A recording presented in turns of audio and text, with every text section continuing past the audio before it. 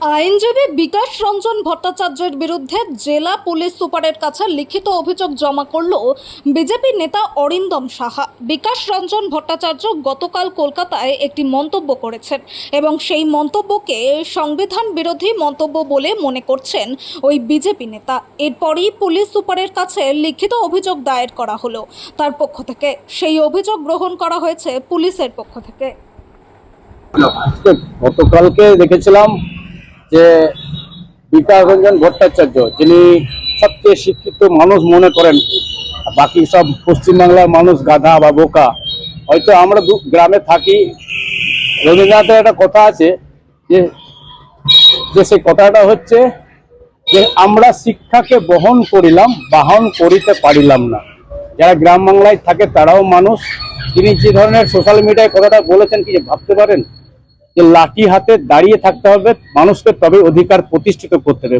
উনি একজন অ্যাডভোকেট, আইনজীবী মানুষ হয়ে কি করে সংবিধান বিরোধী কথা বলতে পারে? এটা আমার কাছে প্রশ্ন। তাহলে মানুষ তো এনার উস্কানিমূলক এর জন্য মানুষ তো আরো অ্যাগ্রেসিভ হয়ে যাবে।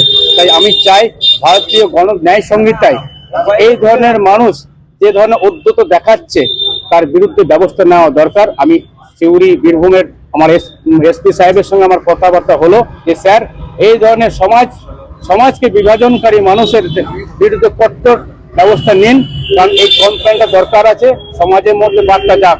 কারণ উনি এক জায়গায় গরু খেতে পারেন, শুয়োরের মাংস খান না। তিনি সেকুলার, ওপার বাংলায় খেয়ে লাভ, এপার বাংলায় সাম্যবাদ। বিকাশ নেবেন গরুর স্বাদ, সেলিমের বেলায় শুয়োরবাদ।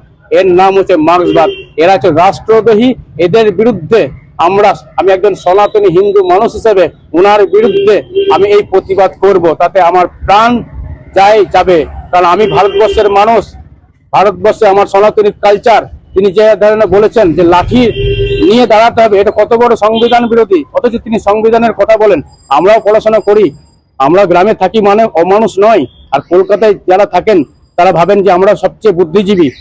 এখানেও কৃষক যে ধান ফলায় সেও কিন্তু একজন শিক্ষিত। একটা অধ্যাপককে বলুন তো যে কৃষক ধান ফলাতে পারে, সেই ধানটা তুমি বপন করে দেখাও।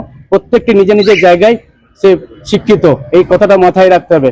ধন্যবাদ। ভারত মাতা কি জয়, বন্দে মাতরম। অনির্বাণ সাহা, আমার জেলার এক্স ভাইস প্রেসিডেন্ট এসি মোর্চা ছিলাম, বীরভূম, অখণ্ড বীরভূমের। আর সাধারণ একজন মানুষ, এখন সাধারণ জীবন আর সমাজসেবামূলক কাজের সঙ্গে যুক্ত। হ্যাঁ, এসপি সাহেবের সঙ্গে কথা হলো যে আমি আইন অনুযায়ী ব্যবস্থা আমি নেবো, আমি দিলাম। ওনার সঙ্গে কথাবার্তা হলো, খুব ভালো ব্যবহার করলেন উনি, খুব ভালো জেন্টেলম্যান লোক। যে দেখুন, এটা সংবিধানের একটা মানে দায়িত্বের মধ্যে পড়ে যে ভারতবর্ষের গণতান্ত্রিক অধিকার আমার আছে, that is fundamental right. I want to say something. Bikash Ranjan Bhattacharya একদম এস্টাবলিশড, স্ট্রিক্ট টু স্ট্রিট। এটা কম বড় মারাত্মক কথা ভাবতে পারেন? হ্যাঁ, ধন্যবাদ।